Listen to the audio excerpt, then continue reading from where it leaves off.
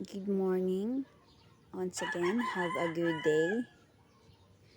The objective of the topic is full devolution to happen with issuance of Executive Order 138, and second is the 3 decades of devolution in the Philippines, and the third is the decentralization in the Philippines, and the lastly is the local governance survey in the Philippines.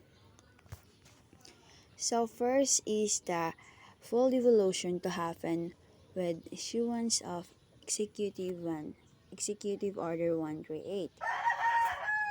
Sorry for the background kay daghan yung kay manok diri sa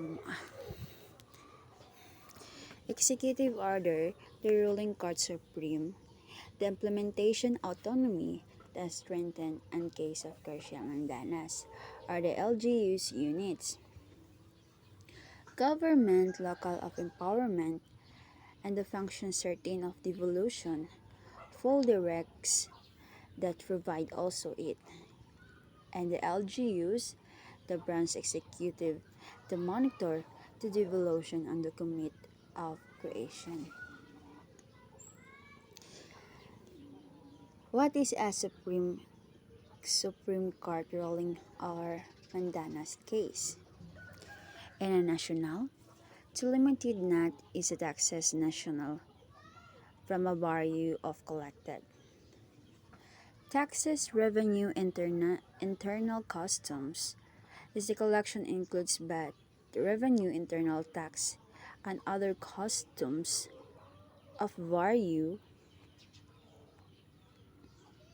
the duties in increase expected with agencies collecting equipped better. While they LGUs of shares just devolve delivery for responsibility assumes for the local government. The of 17th section under prescribed as service 7160 Republic Act 1991 of Code, Government of Laws and pertinent other. So there are 3 decades of devolution in Philippines. And the question is how this has shaped health financing and public financial management reforms. Over the past 5 decades, subnational government units in the most countries around the world has assumed some extent of decision making the authority of Kema and Rondinil 2007. First is the often occurs through devolution or reform that typically involves the transfer of different government function related to sectors such as health from the national government to subnational units. Devolution often entails changes to the public financial management or PFM rule system and process. Similarly, countries have also initiated health financing reforms such as expanding publicly managed health insurance, eliminating user fees, and introducing performance-based payments to move closer to the goal of achieving the universal health coverage, or the UHC. While national government exercise a degree of control over the design of health financing reforms, their implementation in the decentralization context is heavily influenced by local politics and policies, and the process, the subnational government units in decentralization system are often expected to be accountable in purchasing of primary health care services, exercising considerable control over the funds flowing to public facilities. including from users, fees or insurance, reimbursement. Reimbursement. So F is the decentralization in the Philippines. There are several reasons why decentralization is adopted and applied as a tool of development, sorry for the noise, administration. For one of it enables maximum participation of the people concerned in the decision-making processes on issues to concern them as directly decision aside from ensuring maximum citizen participation are also more responsive to the needs of the people. Second is the lower levels of a government are encouraged and trained to be more self-reliant through decentralization. And the third is it hastens the decisions process, doing away with traditional red tape of having to go all the way up to the central authorities for action or authority to perform appropriate action, and then downwards there is decentralization where decisions are made at lower levels with a maximum participation.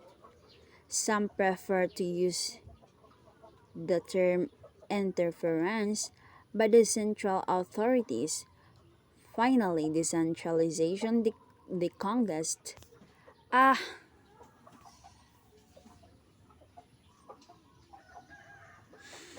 the central government of certain function that could be done on a lower levels. Decentralization of the Philippines 133. The following are the major criteria in determining local autonomy or self-government. So these are the three criteria. First is there should be a set locally elected official in the area, at least at the legislative level.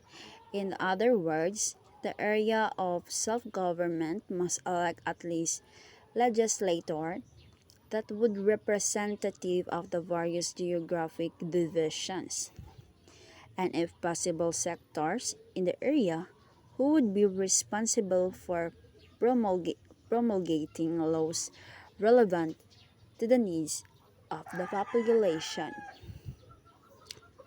And the second is the area of autonomy or self-government should have clearly defined areas or responsibility.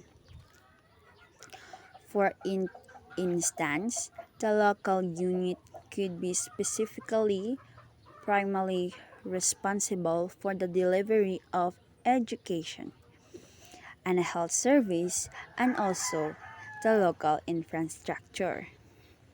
Lastly is the relationship between the national and the local levels should be clearly defined, and areas of primary responsibility clearly delineated. For instance, are local decisions considered more or less, or they are subject to review. A distinction should be made between review and approval by the national government over the local level's decision. Another example is would you pertain to be subject of a budget with the local budget? So, here are the few highlights of the 2011 survey on the good local governance, a new SWS publication released at the October 10 conference celebrating the 20th anniversary of the local government code. So lastly, topic is the local government survey in the Philippines. So, 2011 survey was supported by the USAID through the Asia Foundation or TAF or TAF Its coverage and questionnaire resulted from collaborative efforts of SWS, TAF, and Department of the Interior and local government. The, the exclusion of NCR and especially focus on ARMM were per request of a DILG.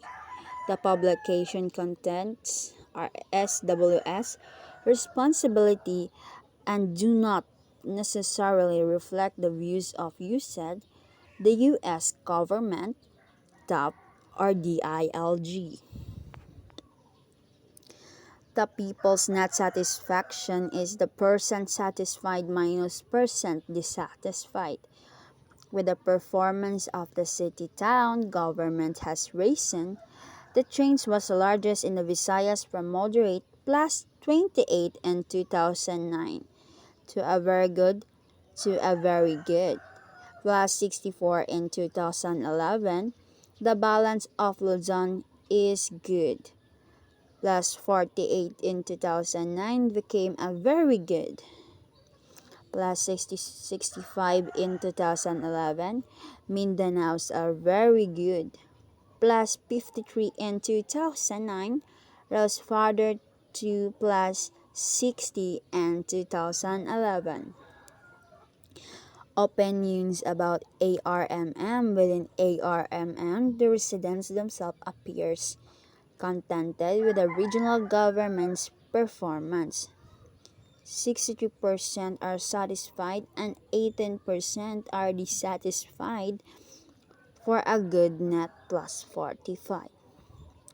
Elsewhere, however, the quality of ARMM governance does not have a good reputation. Its net performance rating in the near zero or net neutral among people in a balance of Luzon and Mindanao, which is mostly non-ARMM, and its net as minus 33 or bad among the Visayas. And that's it's all the topic for today. Thank you for listening, and that would be all. Thank you.